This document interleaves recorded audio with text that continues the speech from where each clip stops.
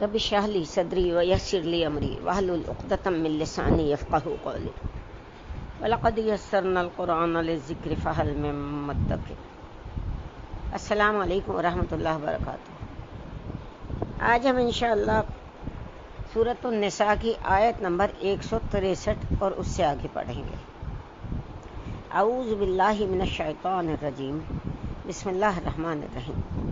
انا اوحینا الیک کما اوحینا الی نوح والنبیین من بعدہ۔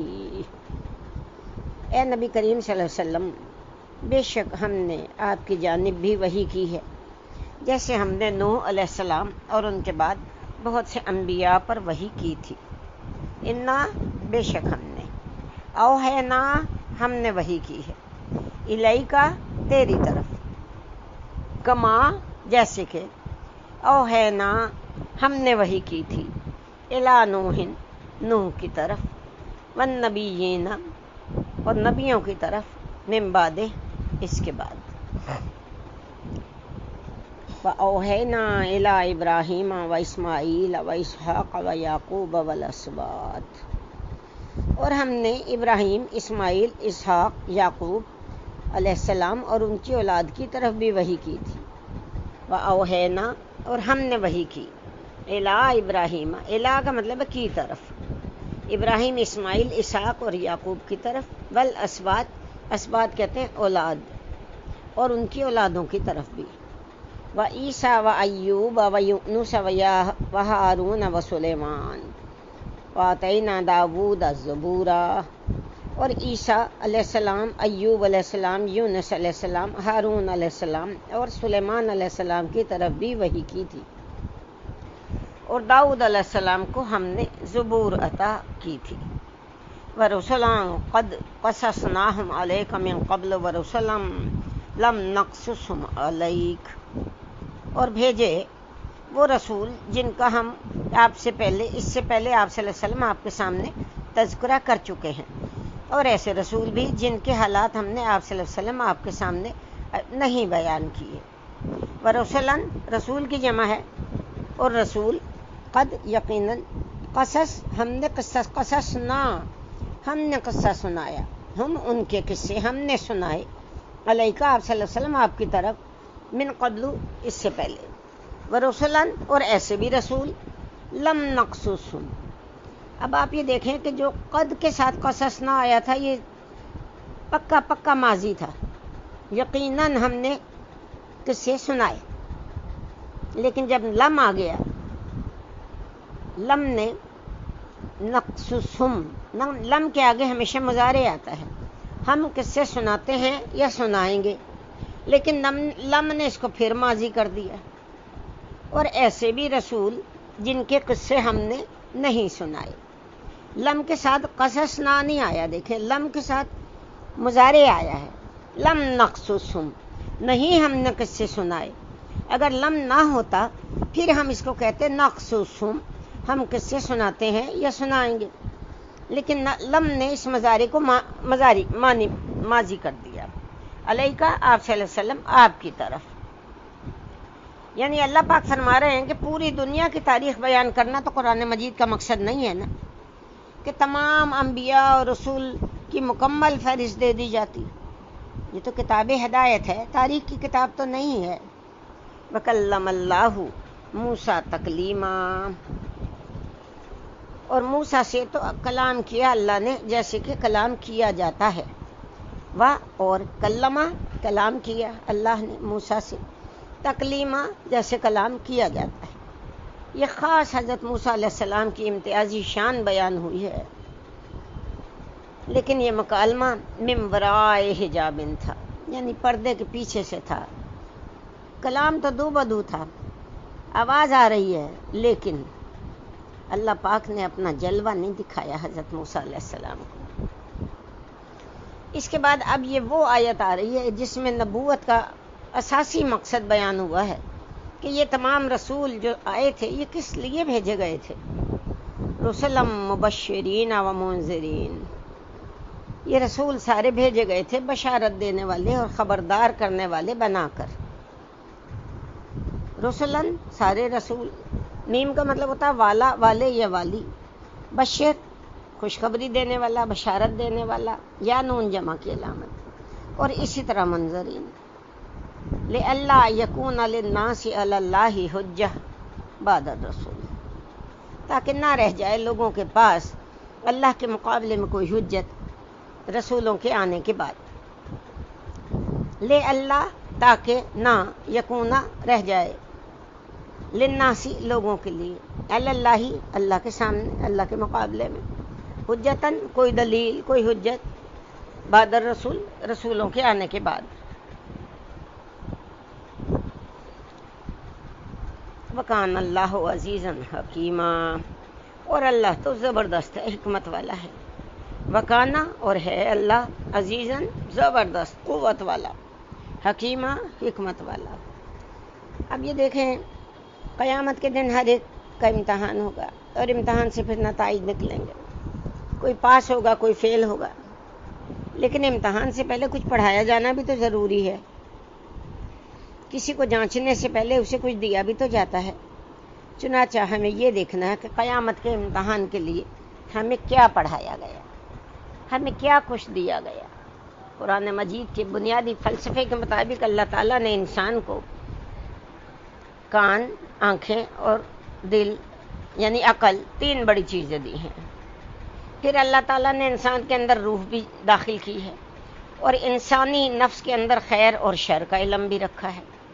ان باتوں کی بنا پر انسان وحی الہی کی رہنمائی کے بغیر بھی اللہ کے حضور جواب دہ ہے کہ جب تمہاری فطرت میں نیکی اور بدی کی تمیز رکھ دی گئی تھی تو تم بدی کی طرف کیوں گئے؟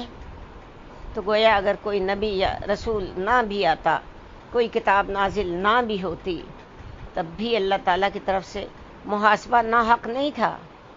مگر اللہ پاک کی سنت ہمیشہ رہی ہے کہ وہ ہمیشہ پہلے نبی بھیجتا ہے، پیغمبر بھیجتا ہے، ڈرانے والا بھیجتا ہے، خوشخبری دینے والا بھیجتا ہے. یہ وجہ ہے کہ پھر اللہ پاک پوچھتا ہے کہ اب بتاؤ مجھے.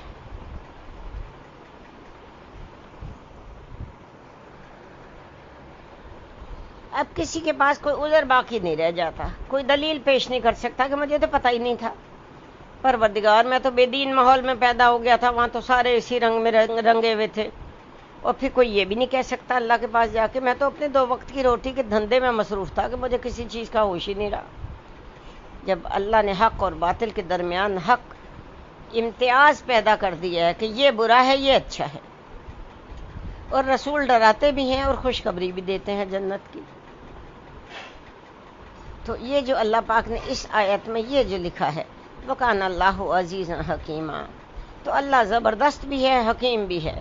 وہ عزیز ہے، غالب ہے، زبردست ہے، بغیر رسولوں کے بھی محاسبہ کر سکتا ہے، لیکن ساتھ ہی ساتھ وہ حکیم بھی ہے. اور کیا ہے؟ لیکن اللہ یشہد بما انزل الیک انزلہ بعلمہ والملائکۃ یشہدون وکفی باللہ شہیدا. لیکن اللہ گواہ ہے کہ جو کچھ اس نے نازل کیا ہے اے نبی کریم صلی اللہ علیہ وسلم آپ کی طرف، وہ اس نے نازل کیا ہے اپنے علم سے، اور فرشتے بھی اس پر گواہ ہیں. اگرچہ اللہ اکیلا ہی گواہ ہونے کے اعتبار سے کافی ہے، لیکن اللہ یشہد گواہی دیتا ہے بما اس کے بارے میں جو انزلہ نازل کیا اس نے، الیکا صلی اللہ علیہ وسلم آپ کی طرف، انزلہ نازل کیا اس نے، بعلمہ ہی اپنے علم سے، والملائکۃ اور فرشتے، یشہدون گواہی دیتے ہیں، وکفی باللہ شہیدا حالانکہ اللہ ہی اکیلا ہی گواہ ہونے کے اعتبار سے کافی ہے. ان الذین کفروا وصدوا عن سبیل اللہ قد ضلوا ضلالا بعیدا. بلا شبہ جن لوگوں نے کفر کیا اور اللہ کے راستے سے روکا، خود کو بھی اور دوسروں کو بھی، تو یقیناً وہ گمراہی میں بہت دور نکل گئے ہیں. ان الذین کفروا، بے شک وہ سب لوگ جنہوں نے کفر کیا، وصدوا اور روکا، ان سے، سبیل اللہ اللہ کے راستے سے، قد یقیناً، ضلوا گمراہ ہو گئے، ضلالا بعیدا دور کی گمراہی میں نکل گئے. اب یعنی آخری رسول صلی اللہ علیہ وسلم کے آنے کے بعد بھی جو لوگ کفر پر اڑے رہے، اللہ کے راستے سے رکے رہے اور دوسروں کو بھی روکتے رہے، وہ راہ حق میں بہک گئے، بھٹک گئے، اور اپنے بھٹکنے میں بہکنے میں گمراہی میں بہت دور نکل گئے ہیں۔ ان الذین کفروا وظلموا لم یکن اللہ لیغفر لهم ولا لیہدیہم طریقا۔ یقیناً وہ لوگ جنہوں نے کفر کیا اور ظلم کیا، اللہ انہیں ہرگز بخشنے والا نہیں ہے اور نہ انہیں کسی راستے کی ہدایت دے گا۔ ان الذین کفروا، بے شک وہ سب لوگ جنہوں نے کفر کیا، وظلموا اور ظلم کیا۔